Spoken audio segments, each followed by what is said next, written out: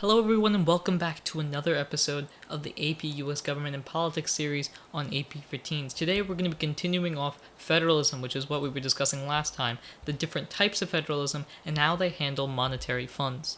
So in the last video we discussed three different things. We discussed what federalism is, we discussed the powers of the governments, and we discussed a few clauses in the Constitution. Today we're going to be going on to a different topic. We're going to be talking about the types of federalism, because there are different types. We're going to be talking about grants, the monetary kind, and how they impact federalism. And we're also going to talk about the advantages and disadvantages of the entire process of federalism.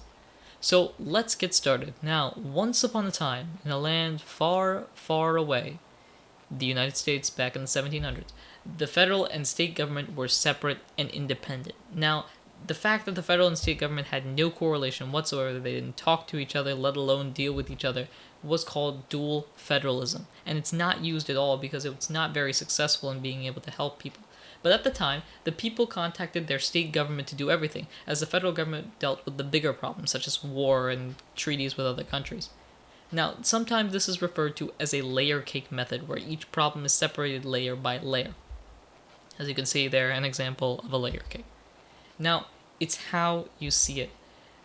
There are certain type of people that believe that the relationship where the states retain the most power is more important, and that those are the states' writers. On the other hand, nationalists believe that the federal government is supreme and should be in control, and there was a real conflict between these guys, not just in the United States, but in other countries dealing with states' rights and nationalist issues. Now, how do you determine who's got the power? The power is determined by who's got the dough. Not exactly Play-Doh, but monetary dough. You see, grants, which are money that is given by the federal government to the state's government and are used for jobs of the government, such as transporting and education, really determine who's got supreme power. Nationalists believe in categorical grants, and this is extremely important. Categorical grants have restrictions and limits on how it's spent, so the federal government, while giving it to the states, still has somewhat of a control over what's going to be done with that money. On the other hand, states' writers believe in block grants. Block grants don't have these restrictions, so the state can choose where the money goes. So for example, if the federal government gives a large amount of money for transportation, the state could decide whether that transportation means roads or boating lanes or anything like that. Nationalists would try to make the grants that are given more restrictive. They would say that they have to be used for road construction, and they can't be used to pay people that are trying to build bridges or something like that. The advantages and disadvantages of federalism are seen in this chart here. I'm going to go over them, the advantages and the disadvantages. First, let's talk about the advantages. There are four big advantages of federalism, in my opinion. Mass participation. Everybody has an opportunity to participate in federalism. Regional autonomy. Regions still have the ability to choose what they want to do. They just have to make sure they follow the federal guideline. The government levels allow the government to make sure that everything is processed under a certain section. If it's a big issue, it'll be a federal issue. If it's a small issue, a local one. And innovative methods. You can test out different methods in local areas and state areas to see if it'll work on a national scale. On the other hand, there are some disadvantages of federalism, three particular ones to be exact. Federalism isn't exactly consistent. Typically, federalism tries to make sure that the national government and the state government have somewhat equal bearing, but typically this doesn't exactly be the case. Inefficiency. For an issue to go from the local level to the federal level takes a lot of time, money, power, and other things that ordinary citizens just don't have. And bureaucracy, the age-old problem of humanity. Everybody doesn't like the bureaucracy because they always try to make things more complicated than it needs to be.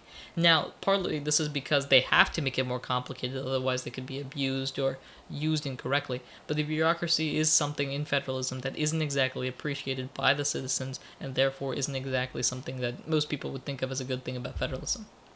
So those are the advantages and disadvantages of federalism, the big ones in my opinion.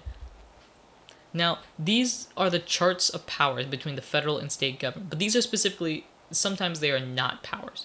So you can see here a list of the different types. We're going to go over some of the ones that are a bit more obscure. The habeas corpus, which is seen under the federal government powers, is a good thing. It's a protection against illegal imprisonment. So the federal government does not have the power to suspend the right of habeas corpus.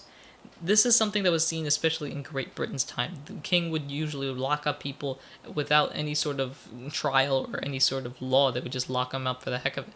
So that's something that the government cannot do. They cannot illegally jail people. They can't jail people just because they want to. Ex post facto, which is seen in the second one on the state government list. The ex post facto is a bad thing. These are retroactive laws, which are laws that take effect from days in the past. So, for example, if they banned the consumption of alcohol as they did back in the past, but let's assume they banned it again now, and you were supposedly over the age and you're perfectly legal to drink beforehand, and now all of a sudden you get arrested for a crime that you committed before that was a law, that's illegal. That's not allowed. You can't be arrested for something if it wasn't illegal when you did it. Bills of attainder. Bills of attainder are also seen under the state government's second thing. These are a bad thing. These are guilty without a trial. The government has to give you a trial. This is a law in the Constitution. And the state government or federal government, they can't stop you from having a trial. You have the option to go through a trial process, and you have to do it. These powers are separated into different groups, which is what we are going to be discussing next time. Thank you very much for watching this slightly longer than normal video. If you want to follow all of the channel stuff, you can subscribe, leave a comment, or like in all the sections below. Also, make sure that you answer the question down below just to see your knowledge, test your knowledge.